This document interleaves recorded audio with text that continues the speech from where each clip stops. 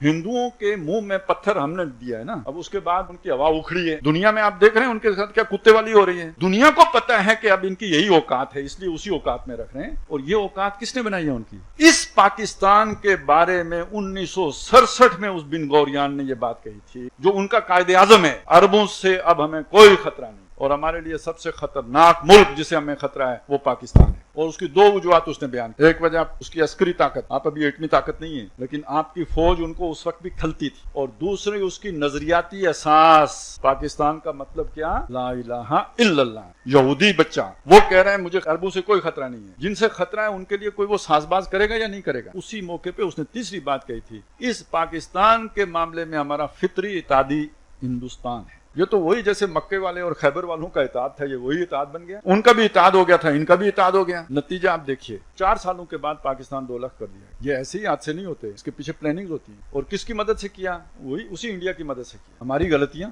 क्या गलती की? हमने एक कौम को उसका हक नहीं दिया जो बनता था। इसके पीछे भी तो कोई था ना जिसने हमें ये पट्टियां पढ़ाई थी। आज भी कुछ ऐसी बातें हम करते हैं, आपस में फूट डालने वाली, आपस में जुदाइयां पैदा, तभी तो दूसरा इस्तेमाल करता है। जो नाराज होता है उसको इस्तेमाल किया जाता है। दूसरा जो बताया गया था, इसकी नजरियाती असास, तो इसका मतलब है असल ताकत जो है इसकी कोई टेक्नोलॉजी नहीं है, बल्कि इसका नजरिया है। तो उस नजरिए से दूर करना। फिर रफ्ता रफ्ता हम दीन से दूर तर होते चले गए, यहाँ तक कि एक शख्स यहाँ पे हुक्मरान हुआ जिसने यू टर्न की बात करके रोशन ख्याली के उन्वान के तहत बेहयाई को यहाँ पे रवाज दिया, नजरिया पाकिस्तान से मुंह मोड़ा। जो अकाबरीन थे जिन्होंने नजरिया पाकिस्तान की बात की, उन्हें बेइज्जत किया और उसकी जगह पे लिबरलिज्म का ढोल पीटा। परवेज मुशर्रफ, इस मुल्क को जितना नुकसान उसने पहुंचाया, ये सारी तबाही लेके आने वाला वो शख्स है। बाकी उसका जो किरदार है आपको पता है, जिस तरह का वो फर्द खुद था, इनफरादी किरदार, यहिया खान सानी, और ये सारी गंद लेके आया। और इसके लिए ये सारा गंद फैलाने में डॉलर अमेरिका देता था, दुश्मनियां पैदा करने में। ये जितने भी आपके अफगान नाराज हुए, जो आपके पठान नाराज हुए, ये सारे इकदाम किसने किए थे?